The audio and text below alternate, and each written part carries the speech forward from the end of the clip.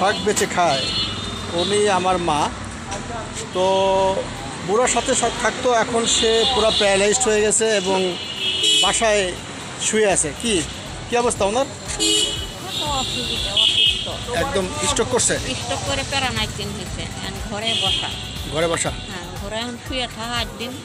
আচ্ছা, উঠতেও পারে না, চলতেও পারে না, সব কিছু আমার করা লাগে। তো যে এইগুলি শাক ভোরবেলা কোথায় কিনেন? এই চিরমণি সবু।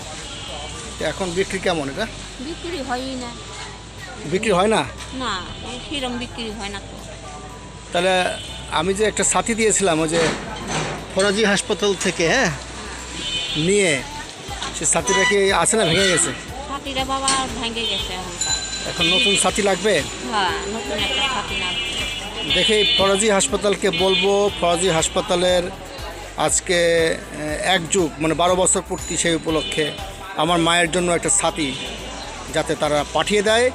ফরাজি হাসপাতালের ঠিক সামনে আমার মা দীর্ঘদিন শাক বেচেন, তার সঙ্গে ছিল বৃদ্ধ বাবা।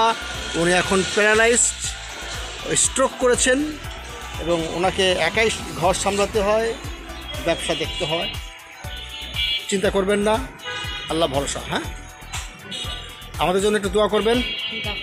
দোয়া সবার জন্য করি বাবা। আমার পেটের সন্তান নেই, আখেরাই সন্তান, সবার জন্য দোয়া করি।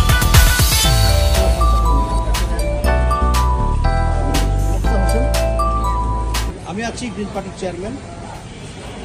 উনি ওনার হাজব্যান্ড সহ শাক বিক্রি করতেন। ওনার হাজব্যান্ড এখন প্যারালাইজড। ওনার হাজব্যান্ড এখন প্যারালাইজড। হ্যাঁ, ঠিক আছে, আর চলছে পরে এটার সঙ্গে আরও কিছু কাজ আছে, করা হবে কালকে। বেসিক্যালি হতদরিদ্র বৃদ্ধা বুড়িমার জন্য এই ছাত্রী ফরাজি হাসপাতালের পক্ষ থেকে আছে। হ্যাঁ, আপনি এসেছেন ফরাজি হাসপাতালের ব্যবস্থাপনা পরিচালক এবং এই সমস্ত ভালো কাজের সঙ্গে আমরা আছি। এখানে কোনো রং তুলি নাই, এটা একদম নিছক মানবিক কারণে। বুড়িমাকে কেমন আছেন একটু দাঁড়ান। আমি তো মনে থেকে শুনলাম আঙ্কেল যে অসুস্থ হলো, আমি তো অনেকদিন ধরে এমনি বলতেছি, দেখি না কেন হাঁটা হয় সকালবেলায়। এখন আঙ্কেলের যে প্যারালাইজড অসুস্থ স্ট্রোক করেছে এটা উনি শুনলেন এবং উনি একজন মানবিক হাসপাতালে নিয়ে আসবেন, একটু ডাক্তার দেখেন।